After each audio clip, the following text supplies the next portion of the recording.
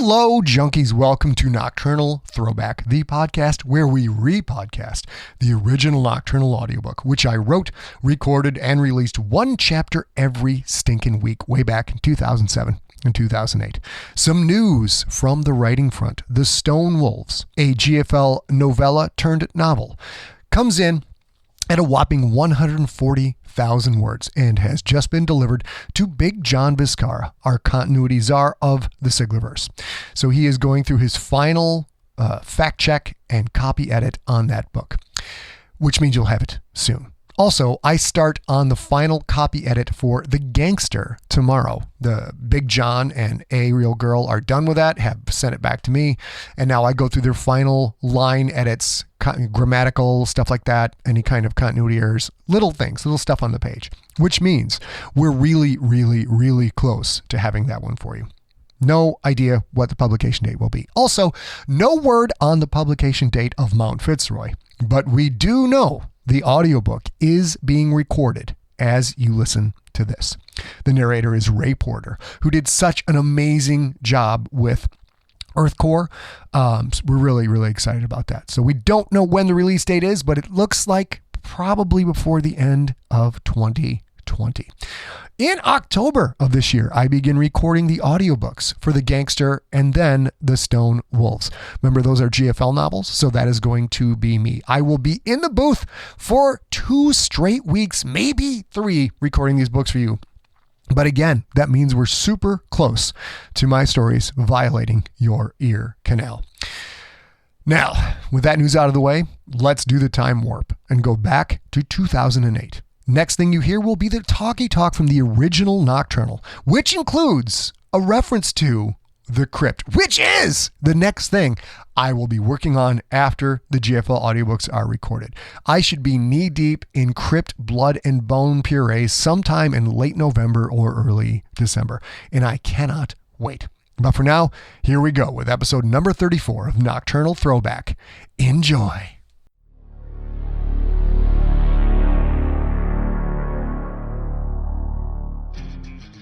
Welcome to the free podcast novel Nocturnal. This is episode number 34.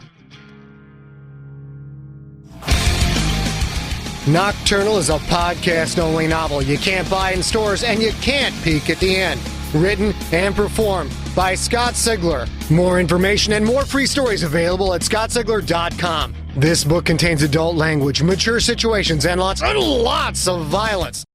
Hello, my junkies, and here we go with Nocturnal, episode number 34. Now, I started Nocturnal a year ago, 2007, Halloween. And now here we are, right on top of Halloween 2008, and I'm still not done. Well, why did it take a year? Because it was one hell of a year. We all got to celebrate the hardcover release of Infected. I recorded the Infected audiobook. I released the Infected audiobook. I wrote Contagious, which will be out in hardcover on December 30th. And if you don't have your copy pre-ordered, go to scottsigler.com/preorder and snag yours now. I recorded the full Contagious audiobook, which will start podcasting on December 7th. I've had some big ups in the previous year, and I've had some big downs in the previous year. All of those things contributed to this darn book taking so long, but we're very close to the end, and I think that you guys are really going to enjoy it. At the end of this episode, I will have some promos for you. I will also tease you about a big announcement that I have coming up for Nocturnal episode number 35. It's a new project of mine, something comic related, and I think you guys are really going to dig it.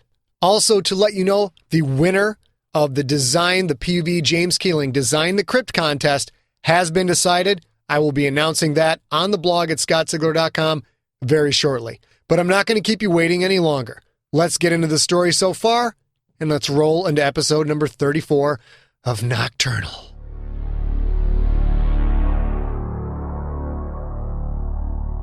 San Francisco Police Chief Amy Zou is living a nightmare.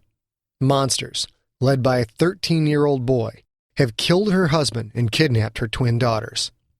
Zou has to force Dmitri Vasilov, head of the San Francisco Russian mob, and Frank Lanza, head of the Italian mafia, to meet on a ship and head out to sea for a meeting.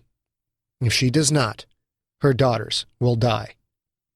Detectives Pookie Chang and Bryan are trying to deal with the death of Robin Hudson, Bryan's girlfriend. Robin was brutally murdered by members of the cult Marie's Children. 2 of the killers escaped, but Pookie and Bryan have captured one and are taking the deformed man back to the house of Adam and Alder Jessup. The Jessups work as armorers for Jebediah Erickson, also known as the Saviour, a vigilante that has spent his entire life tracking and killing Marie's children. Erickson was badly hurt and is in no condition to fight. Black Mr. Burns, another San Francisco cop, picked up Mr. Biz-Nass, a fortune teller with Tourette's and a voice box. They, too, are driving to the Jessup's house. Bryan, Pookie, Jebediah, Adam, Alder, Black Mr. Burns, and Mr. Biz-Nass will have to figure out what to do with their prisoner. Bryan is hell-bent on avenging the death of Robin, and God help those that get in his way.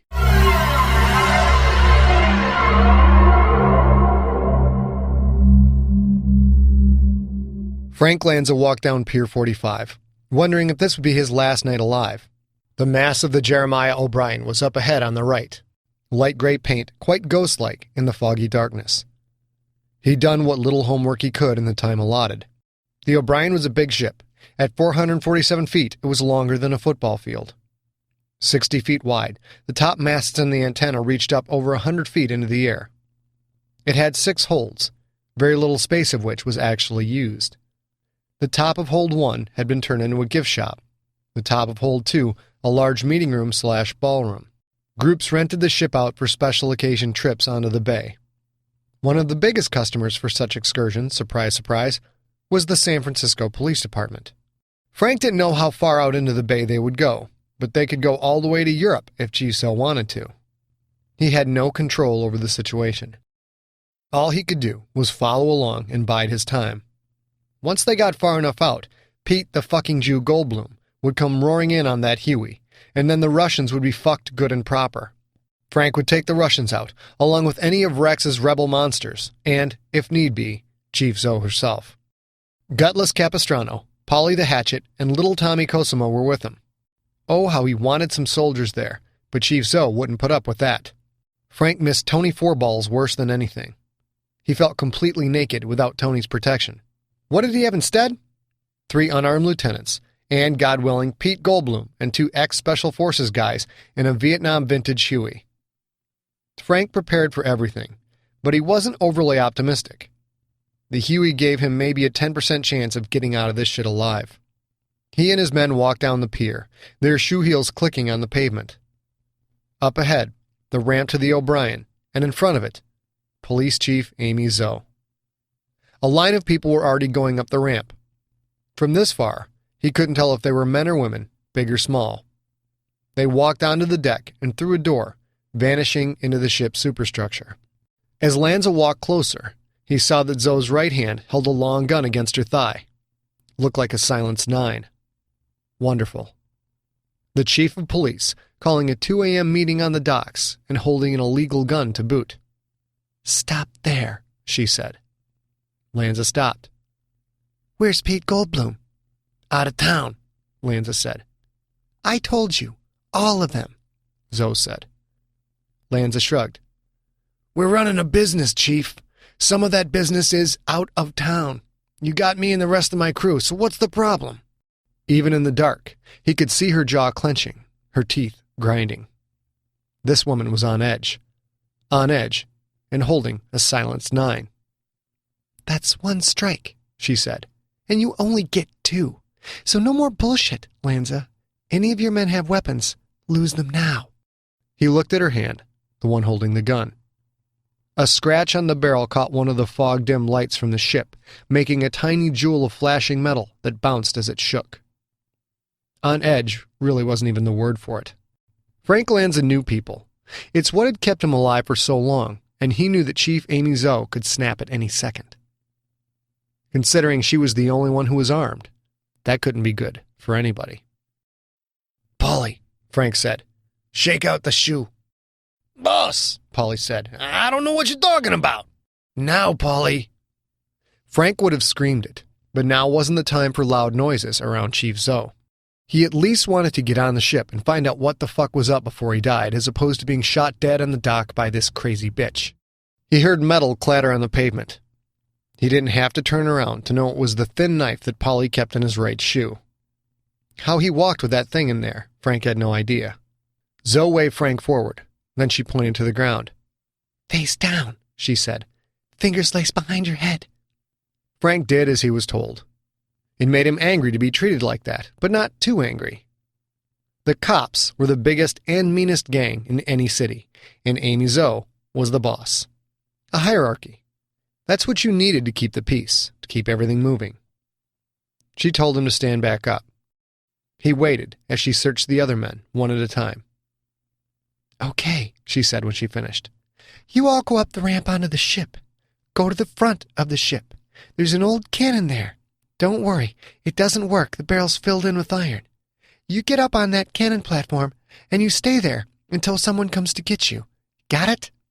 Lanza nodded. Little Tommy went up the ramp first, Lanza behind him. When he reached the deck, he turned left and headed for the prow.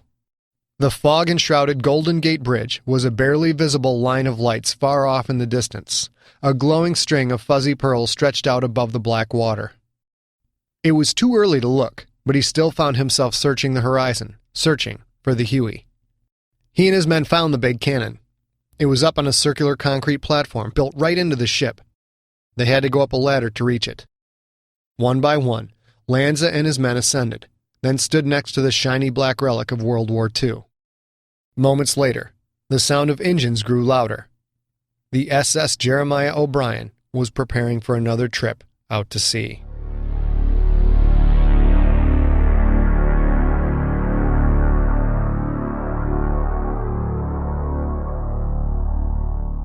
While Bryan Clauser had sat in the back of the Buick, beating the holy hell out of the big-headed monster, Pookie had called Black Mr. Burns and given him Jessup's address. Alder had been less than thrilled to arrive at his house to find BMB and Mr. Biz-Nass already waiting there. The ensuing confusion lasted long enough for Bryan and Pookie to arrive, wounded Emma and the big-headed monster man in tow. Pookie had to concentrate just to move. Robin, Bo Bobbin, dead. Monsters and shit. Bryan, the ninja, Clauser, acting all emotionless and blank, like a short, goth version of the Terminator.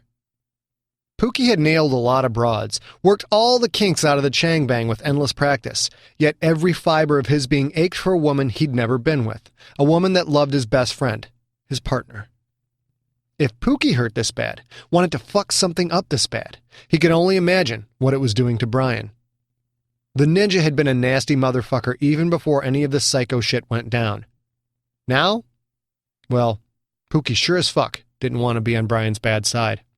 The Jessups had a 4-car garage. A 4-car garage that was about 1,000 square feet, which by itself was about 200 square feet bigger than the typical San Francisco condo that sold for around $800,000. Add in the Jessup's 3 floors, and Pookie could only estimate their home's value at around $10 million. As they walked through a door at the back of the garage that led down wide stairs, Pookie corrected himself. 3 floors, plus a basement. And what a basement it was. Pookie walked down the stairs, cradling the bloody, whimpering Emma in his arms. He followed Bryan, who dragged a face-down, big-headed monster by 1 foot. The creature's lolling head bounced off each stone step, the knife still stuck through his hands, leaving a splattery trail of blood. Bryan did this with his right arm, because his left arm hung limp and all fucked up.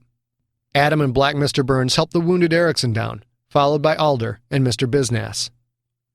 The basement looked a lot like Erickson's. Identical oak and stainless steel workbench, rig for bow maintenance and repair, barrel of arrow shafts, rack of polished arrowheads, and a custom gun rack holding 4 Fabrique Nationale 5.7s and 3 USAS-12 semi-automatic shotguns. All that was missing were a couple dozen poorly stuffed monsters. Instead, this basement held several spotless fabricating machines, drills, presses, grinding wheels, and more. One entire wall held a rack of gray plastic pull-out bins, each clearly labeled and containing parts for weapons and machines. Another key difference was the fully equipped hospital bed at the back end of the basement. A wheelchair sat next to it, and like everything else in the basement, it gleamed from what had to be a daily cleaning. Pookie recognized some of the gear surrounding the bed. An EKG machine, one of those blood-pumping dealy-bobs, a stainless steel fridge, an autoclave, and a bunch of shit he didn't even recognize from his weekly Grey's Anatomy fix. He'd got hooked on the show thanks to his addiction to Ugly Betty. Fight crime all day, watch the trials and tribulations of fashion writers and melodramatic doctors at night. Oh, sure, the other guys laughed at his TiVo settings, but knowing those two shows gave him more conversational poon shortcuts than Hugh Hefner on the co-ed lecture circuit. Adam Jessup and Black Mr. Burns carried Erickson to the hospital bed. Alder Jessup followed along, hobbling with the help of his cane. The old man looked about cashed in. Too much excitement. Time for a nice glass of prune juice, maybe. Pookie made another mental reminder to throw some Depends in his E-Trade account. "Put the dog over there," Alder said, pointing to the wheelchair. Adam quickly put 2 white towels in the wheelchair seat, and Pookie carefully set down the wounded dog. Then, Pookie stood and watched, not knowing what else to do. Mr. Biz-Nass stood back a little, using Pookie as a shield. The little fortune-teller didn't want to go near Bryan. Or maybe he didn't want to go near the big head that Bryan dragged into the basement by one ankle. "Pooks," Bryan said in a quiet voice. "Get me a chair." Pookie found a metal chair in front of the weapons bench. He walked it to the center of the basement. With just one hand, Bryan picked up the big head by his throat and then slammed him into the chair so hard one of the metal legs bent. Bryan cocked back his right hand and threw down 3 short overhand hooks. Each smashed the big head's face, making a sound like an axe handle hitting a steak. I'm fucking out of here. I didn't sign up for cockety sign up for this. Bryan whipped around so fast that Pookie actually took a step back. "I'm gonna find out everything, and right now," Bryan said to Biz-Nass. "You're staying, so I can have your expertise." No way, Jose. I'm gone like Donkey Kong Pickle Sniff. More of that insane speed. Bryan crossed the floor and reached his right hand behind his back in the same motion. Before Pookie could even open his mouth to shout a warning, a threat, a caution, something, Bryan was standing a foot away from Biz-Nass, his right hand holding a 5-7 against Biz-Nass's forehead. Pookie didn't move. Bryan was so strung out, so wired, that any movement or even harsh language could make that trigger finger twitch. Shitty. "I asked you to stay," Bryan said. "I asked nicely." Nass stood there in his blue velvet blazer and red tie, crossed eyes looking up at the gleaming gun barrel pressing into his forehead. Wouldn't dream of being anywhere else, my good man. Bryan slid the 5-7 behind him, holstering it in that hidden slot of his coat. The movement had already become smooth, natural, as effortless as if Bryan was waving hello. He turned and walked back to the beat-up monster. Pookie heard a fridge open. Adam was reaching in, pulling out bags of blood. B&B helped him hook the blood up to machines that would undoubtedly pump the fluid into Erickson's fucked-up body. The old monster killer looked like he'd gone 3 rounds in the octagon with Randy Couture, only the ref had ignored multiple tap-outs and let the fight go on and on. Alder Jessup walked over to look at the big head. Alder looked calm, collected, despite spots of blood that flecked his suit. Big Head's blood? Bryan's? Emma's? Erickson's? Who knew? Alder stared at the monstrous man sitting on the bent metal chair. The big head lolled back. Its face was cut and bleeding in a dozen spots, courtesy of the snarling, cursing beating that Bryan had laid down for most of the 5-minute drive here. "How could you idiots bring him here?" Alder said. "What if you were followed?" "We weren't," Bryan said. "Don't worry, old man. This thing isn't leaving here alive." That comment seemed to cut through Big Head's mental fog. He slowly lifted his head, staring out through the one beady eye that wasn't swollen shut. The guy smelled. "Let me go," he said. Emma stopped whining. Instead, a low, open-mouthed growl reverberated deep in her throat. The cuddly, black-and-white lab-Dalmatian mix didn't sound like a cuddly, black-and-white lab-Dalmatian mix. She sounded like a rabid timber wolf with a piece of rusty barbed wire stuck in her asshole. "Emma," Bryan said. "Be quiet, girl." Emma stopped. Bryan walked up to Big Head and snap-kicked him in the nose. The monster fell backward over the bent chair, handcuffed hands unable to stop him or break his fall. Blood gushed out of the nose all over the basement's white epoxy floor. Bryan then jumped into the air, lifting his legs so high his knees bounced off his own chest, and slammed his heels down on the big head's right foot. The sound of cracked walnuts wrapped in a wet towel echoed off the basement walls. Big Head rolled to his back, which ground the knife driven through both palms. He rolled to his left side, back to Bryan, and lay there, panting. Bryan stood over him, looking down with pure hatred. "What's your name?" "Bonehead," the creature said.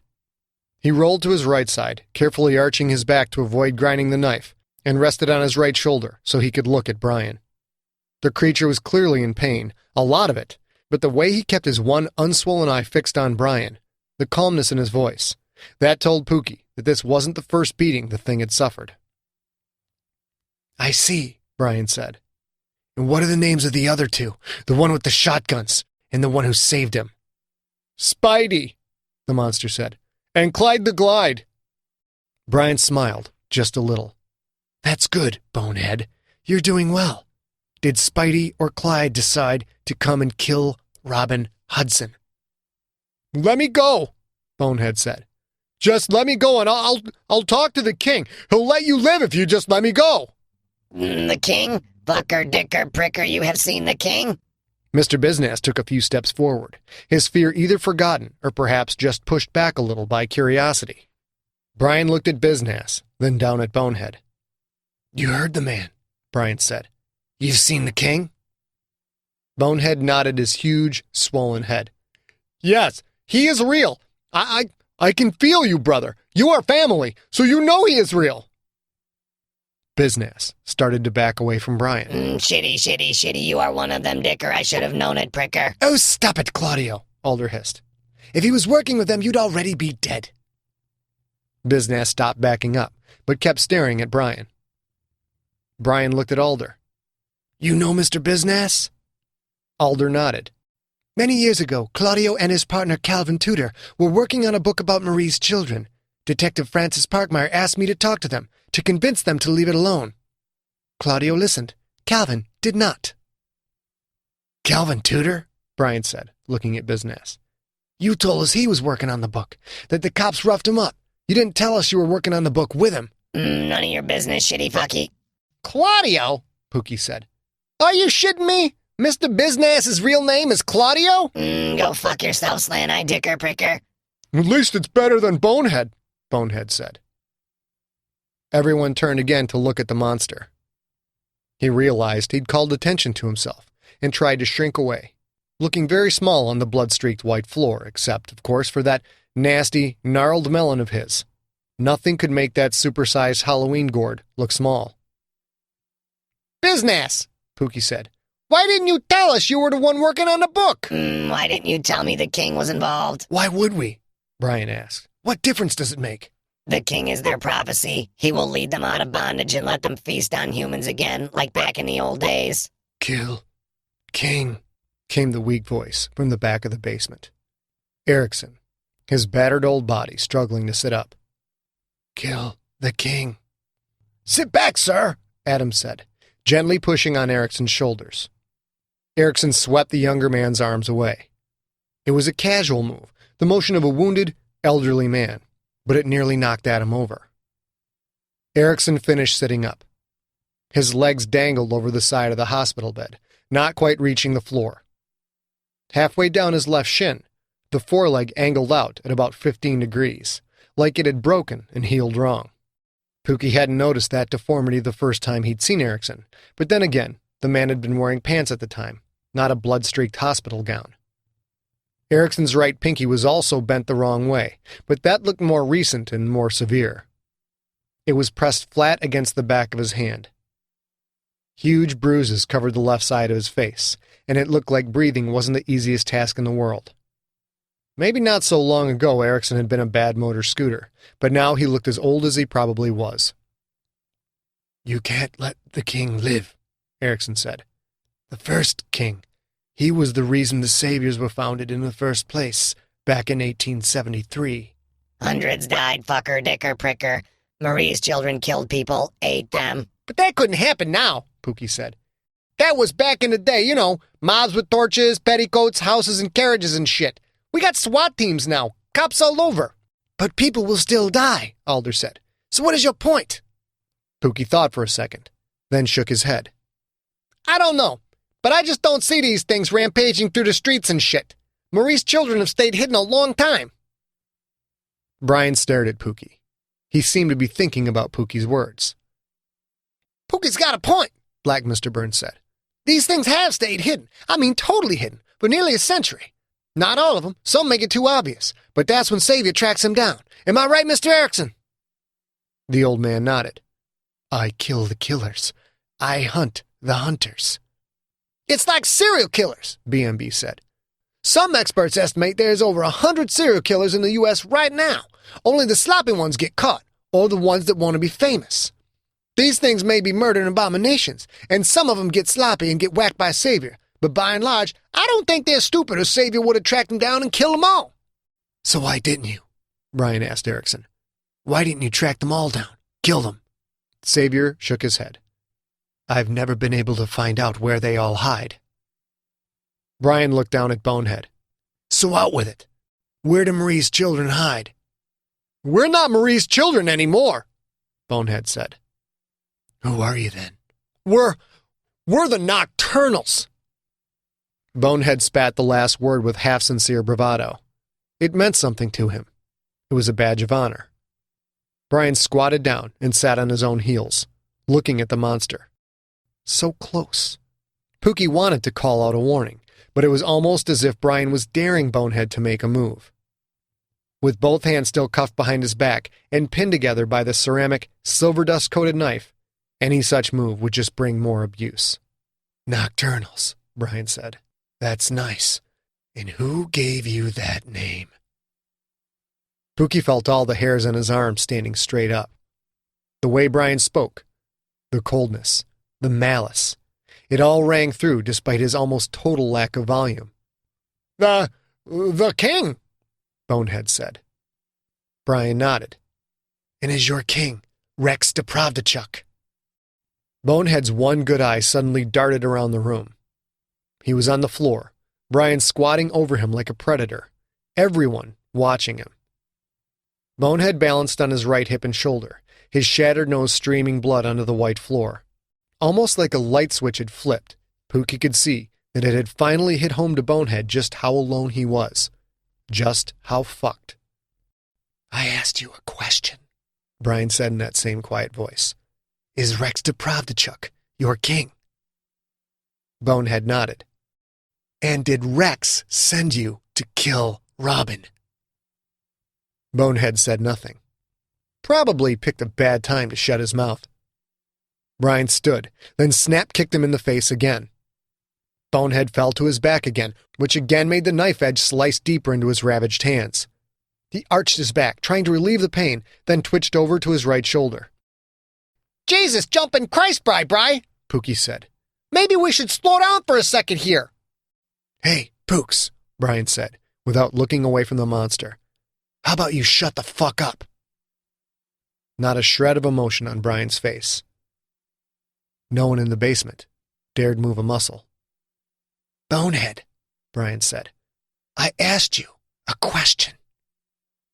Yes, Bonehead screamed. It was probably the king, but we got the call from Firstborn. Firstborn, Erickson hissed. Where is he? Pookie looked from the bleeding mess on the floor to Erickson. Firstborn? No way! Biz-Nass told us Firstborn was the leader of Marie's children back in 1880. That's 200 years ago, Pops. He lives, Erickson said. I have hunted him all my life. He killed many of the original saviors, including my father. Where is he? Bryan seemed to tire of waiting. He reached down to the knife driven through Bonehead's hands, grabbed the handle, and started twisting it back and forth. Bonehead screamed. It only sounded partially human. That part dragged at Pookie's conscience. They were torturing this man. He'd killed Robin, of course, but there were still rights, due process. This wasn't the way to handle things. Bryan started reefing the knife handle harder, almost like he was sawing at Bonehead's hands. He leaned in close to Bonehead's face, so close that when Bryan screamed, his spit flew out and landed on the monster's bloody big forehead. Where is Firstborn? I will gut you like a goddamn fish! It burns! Bonehead screamed. Where is he? The boat! Bonehead said. The king! Firstborn! They're all supposed to be on the boat with the Russians and Italians and the girls! Bryan stopped. He let go of the knife and stood. What girls? The police chief's girls! A chill washed through the room. At least through Pookie. He'd seen those girls before, at the police family outings. Long black hair, sweet faces, couldn't be more than 10 years old. Why Chief Zou's girls? Pookie asked. She's protecting the monsters. Don't be an idiot, Alder said. Zou has protected Saviour, not the monsters. Pookie shook his head. But Zou, Sub-Chief Robertson, they set Bryan up. Not Amy, Erickson said. Not her. I have known her for 20 years, since Francis Parkmeyer told her about me. She has ensured the police don't investigate me, kept me free to hunt the hunters. Bryan and Pookie exchanged a look. Everything fell into place. That explained why Zou and Parkmeyer were on the Golden Gate slasher case.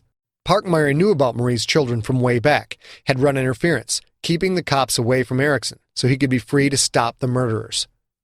Parkmeyer had passed that duty on to Zou. That was why there was information missing from the case files, because Zou had removed it. And like Parkmeyer passing the duty to Zou, Zou probably meant to pass it down to her second in command, the sub-chief. It's Robertson, Pookie said. He's the one. He killed Parkmeyer, planted your gun, framed you, sent monsters to the morgue. Probably gave Firstborn Robin's address. Bryan nodded. It seemed impossible for the ninja to look more angry, more cold and calculating, but he did. Black Mr. Burns walked up to Bonehead. You said the Russians and the Italians. You mean the Mafia? The gangsters? Bonehead nodded. What Russians? What Italians? Lanza, Bonehead said. And Dmitri Vasilov. Fuck me, Pookie said. The bigwigs of the LCN and the Russian mob. Johnny Yee, Bryan said. The leader of the Sui Sinks at Tong, the Chinese, they've already been hit. Black Mr. Burns looked around the room, at each person in turn. Rex is taking over the gangs, he said. That's how he's going to rule the city. He won't have to walk the streets. He'll be the only mob, with monsters like this as his enforcers. Pookie shook his head again. No way a 13-year-old kid could pull this off. That freak-headed fuck is lying. Bonehead shivered. I'm not lying. I swear. It was Lanza. He had us take out the other gangs. We tried to take out the Russians, but failed. All the gangland killings, B&B said. With all the urine marking the corpses, the DNA test showed the people pissing on the gang members were related to Rex. They were Marie's children. Holy shit, man. Lanza was using these things to take out all the competition. The shootout in North Beach, Bryan said. Vasilov must have found out that Lanza was trying to take him out, so he fought back. But he missed, Pookie said. We know Vasilov took off, and Lanza's been in hiding ever since. No one knows where he is. Well, we know now, Bryan said. He's on the boat. So is Vasilov. And it doesn't matter who started this, who worked for who, because now the only two organized crime leaders left are in the same place. There with Firstborn and Rex. All these nocturnals have to do is kill those two, and Rex takes over everything. Chief Zou's daughters, Black Mr. Burns said. That's why Rex took them, to make Chief Zou force Lanza and Vasilov out of hiding, onto the ship. She's the only one with the power to lean on those guys enough to pull that off. Bryan squatted back down on his heels, staring at Bonehead. So why doesn't Rex just kill them? Why all this crap with the boat? Bonehead shrugged, then coughed, a fine mist of blood spraying out of his ruined nose. And then Pookie got it. He understood it all. Scarface, Pookie said. Rex killed Roberta Depravdichuk with a chainsaw, like that guy in the movie Scarface. Rex is just a kid that's had tons of problems at school, was bullied all the time. He had drawings of himself as a powerful figure all over his room, and posters from gangster flicks. He's living in a fantasy world where he thinks he's like the character in a movie. Movies like Scarface and like The Usual Suspects. The ship scene, Black Mr. Burns said. Alder looked at B&B, then at Pookie. What ship scene? What are you talking about? In this movie, The Usual Suspects, All the characters are supposed to attack a ship, B&B said. But it's a trick. It's a setup by this mysterious bad guy named Kaiser Sose. They're lured there to be killed, and then the bad guy blows up the ship. Rex isn't going to walk on the streets eating people, Pookie said. The little fucker thinks he's Kaiser Sose. He's going to take over the gangs, all of them. He'll stay hidden, like Marie's children have for centuries, but he'll run crime in the Bay Area. And if Saviour hasn't found them all this time, how the fuck are we going to do it? A kingpin of crime hiding where no one can find him, B&B said. If Rex pulls this off and goes into hiding, we might never catch him. Bryan again lowered himself to sit on his heels. He leaned his head forward.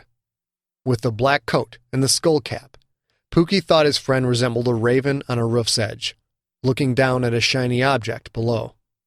What boat? Bryan said. Tell me the truth. I'll make it quick. Please, Bonehead said. I'm only 16. Please let me live. Bryan shook his head slowly once to the left and slowly once to the right. Not an option. Your life ends now. You go out fast or you go out slow. Decide now. Bonehead stared up at the crouching Bryan Clauser. A silence fell over the basement, a silence broken only by Bonehead's heavy breathing and bloody sniffling. Last chance, Bryan said. Make your choice. Bonehead's eyes closed tight, then opened again. Pier 45, he said. The old army ship. Now Pookie walked forward. The Jeremiah O'Brien? The old Liberty ship. Bonehead nodded. Fuck me, Pookie said. Of course. That's the ship that Chief Zou booked for the police outings, where we had our goddamn summer picnic.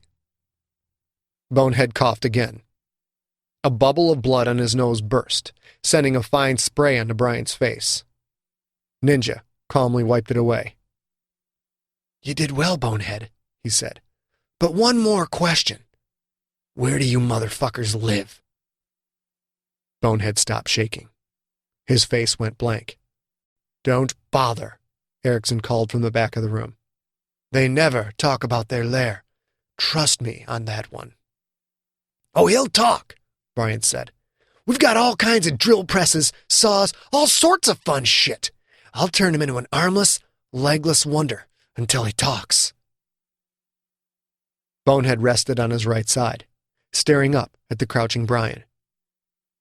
The monster's shoulders rolled, like he was trying to get more comfortable. Then, with surprising speed, he sat up on his ass. You'll never get Mommy, you monster, he said, then threw himself backwards in a reverse sit-up. The tip of the knife driven through his hands suddenly poked through his sternum. The monster had twisted his hands, putting the knife point against his back, then driven it into his own heart instead of talking about his home. No, Bryan said. You don't get to die by your own hand. You get to die by mine. Bryan reached his right arm behind his back, came out with his 5.7, pointed it at Bonehead's face, and pulled the trigger 3 times. Blood, bone, and bits of brain splattered jelly-like onto the white floor. The freak's body jerked and convulsed briefly, then fell limp. Pookie tried to say something, but he couldn't. Holy shit, and holy shit, and holy shit. You asshole, Alder said. You're going to have to mop that up. Erickson's voice, thin, but it cut through the quiet basement. I told you, he said. What's your name, boy? Bryan stood and turned. He stared at Erickson, then walked to the hospital bed. Emma whined as he passed by. Bryan absently reached a hand out and gently scratched the dog's ear. Then he stood in front of the battered old man on the hospital bed. Bryan Clauser, sir, Bryan said. You are different, Erickson said. I can feel it. You feel like them, but you are not them. Bryan simply nodded. We have much to discuss, Erickson said. I have so much to tell you, to teach you, but it will have to wait. If the monster was truthful, the king will be on that ship. You must kill him. Without a king, they stay in hiding. But with him, there is no telling how many people they will hurt. I'll leave now, Bryan said. Pooks, B&B, Find Robertson, but don't do anything to him. He's mine. You got it, Ninja, Black Mr. Burns said. Pookie grabbed one of the shotguns and started loading shells from a packed bin on the tabletop. Black Burns can track down Robertson, he said. I'm going with you, and I'm driving. Bryan turned and looked at Pookie. No, I'll move faster without you. Hey, Bri, Pookie said. How about you shut the fuck up? Bryan stared for a few more seconds, then nodded. Adam, do you have a coat for Pookie? No, Adam said. Yours is the prototype, but he can wear this. Adam walked to a locker, grabbed something inside, and threw it to Pookie. Pookie caught it and held it up. A dark green cloak. With a hood, for fuck's sake. I'm not wearing this, Pookie said. I'll look like a fag Robin Hood cruising to Castro looking to cornhole silky young boys. Now's really not the time for your homophobia, Bryan said. I'm not putting that on. I'm going out to bust heads, not to a fucking costume party. Bryan looked at Adam. A little help? That's a custom Armorite fabric, yo, Adam said. Made by Breckford Industries. It's worth more than your sorry ass makes in 2 years, B. Way better than Kevlar. That cloak will stop a .45 caliber bullet at 10 feet, yo, and it will stop a knife thrust by a typical 200-pound man. And monster claws, Erickson said. And teeth. Stops those, too. Trust me on that one. Bullets, knives, claws, and motherfucking teeth. What the hell was Pookie getting himself into? Well, that's all fine and good, but we're going through a boat, Pookie said. I'm not a big fan of your fucking Harry Potter cloak dragging me down and drowning me. You're already positively buoyant, yo, Adam said, which is the nice way of saying that you're a chubby fuck. But just in case, the fabric also provides 18 pounds of positive flotation, B. Combined with your big fat ass, you can hold 60 pounds of gear and still pop to the surface like a fart bubble in a bathtub. Breckford makes the real shit, yo. Put the goddamn thing on. Pookie sighed. Looked like Halloween was coming early. He put the coat on, stuffed boxes of shotgun shells into his pockets, then walked up the stairs.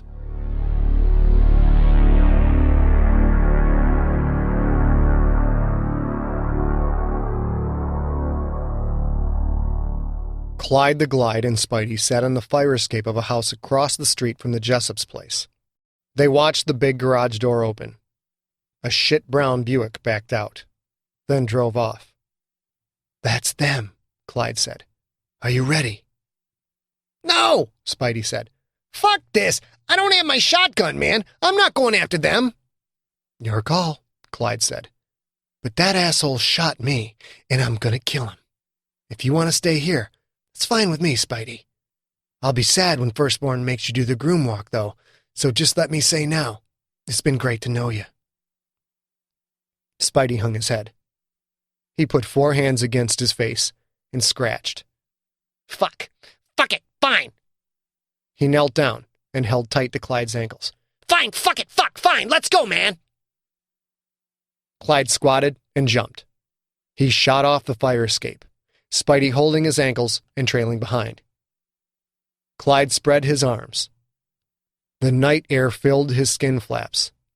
He banked left and shot off in pursuit of the shit-brown Buick.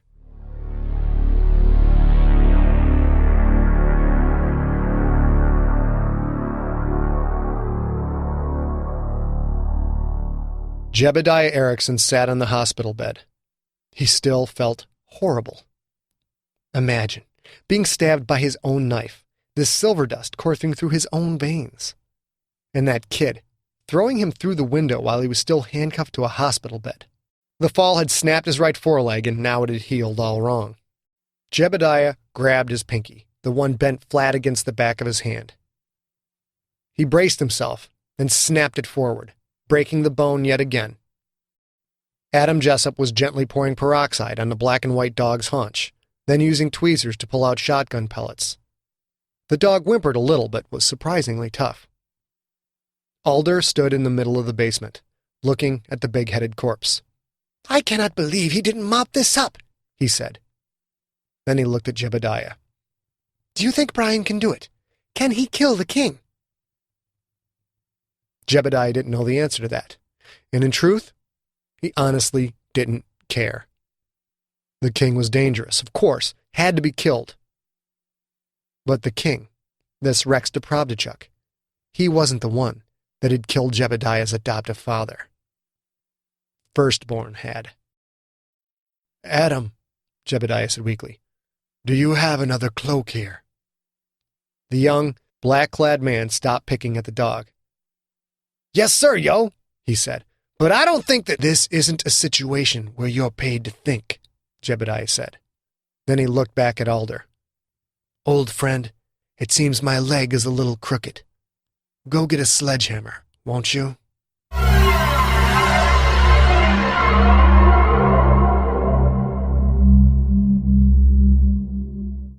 And there you go, Junkies Nocturnal, episode number 34. I hope you dug that. I'm considering getting the call-in line going again, so if you got anything to say to your FTO, to General Siglarissimo, to Pope Siglaricus XXX, you want to go ahead and call 206-666-4673. That's right, 206-666-GORE. Now, there's a lot of calls backed up in that queue, and I'll be honest with you, I am not going to get to all of those. Some of those are several months old. So if you got something fresh to say, you got something snippy to say, or if you want a piece of me, if you think that you can go verbally toe-to-toe with a man on the microphone, then by all means, pick up the phone and call 206-666-GORE and come get a little taste of what I got to give you.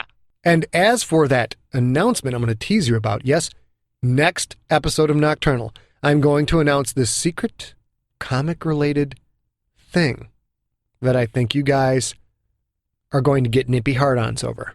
It is just that good. Your little shirts are going to just poke right out. Men or women. That's right, both. You're going to have little nippos, little nippo hard-ons, and you're going to be very excited about what I have to tell you. I have two promos for you. The first promo is for the Astral Audio Experience, and the gentleman who runs this is the music consultant to the Siglar Empire. He is helpful in picking out theme songs, particularly the upcoming intro music for The Crypt, which is going to be just rocking. And then the second promo is from an absolute dear friend of mine, one of the people in the world that I absolutely adore, and I think she's absolutely brilliant. Hip a little strange. Maybe she was dropped on her head a few times, a couple too many hits with the bong. We're not entirely sure. But there is genuine brilliance there, damn it. You're going to want to listen to the first promo for the Astral Audio Experience, and then sit back and let Soccer Girl tickle your ears. So we'll be back with Nocturnal episode number 35 very soon, and I promise it won't take another year to finish this book. This man advocates for one world, one master. But is his philosophy truly perfect? And meet this man. Boom! One shot takes him in the back. One shot takes out the window behind me, and I'm out on the zip line and away. Is he really that good, or has he fallen victim to his own overconfidence? Furthermore, just who are these men? And how are they connected with one another? To find out all the answers to these burning questions and more, tune in to the next exciting episode of the Astral Audio Experience. Coming November 8th, 2008. For more information, visit www.astralaudio.net. And if you're that hungry for content, feed yourself at feeds.feedburner.com/astralaudio. Like a nematode out on the open road, up on whose head I drove. Give me your undivided, I'm liable to outbluff you. Engulf your turkey stuffing with gravy from my something something. Outpuff a Tommy Chong, my muff's a pleasure dome. Getting my freak stoned, taking every brother home. To make a tabernacle choir roll, to make a hammer love a nail, to make a reason rather bold, to make an necrotically minded snake masticate, the narcotically minded speak openly, the spasmodically minded make history, the spasmodically minded make history. It's like what I said about that nematode. Out on the open road, upon whose head I drove. This is the 300th episode.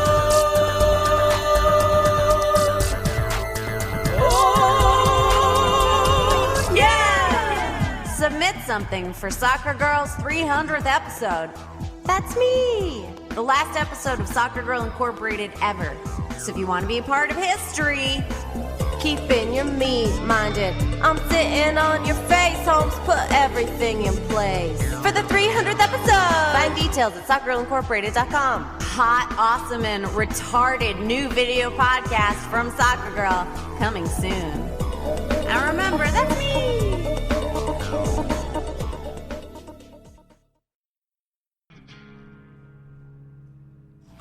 You have been listening to Nocturnal, written and performed by Scott Sigler. For more information, go to scottsigler.com. All music in this podcast provided by Uncrowned off their album Devils and Angels, available now at the iTunes Music Store.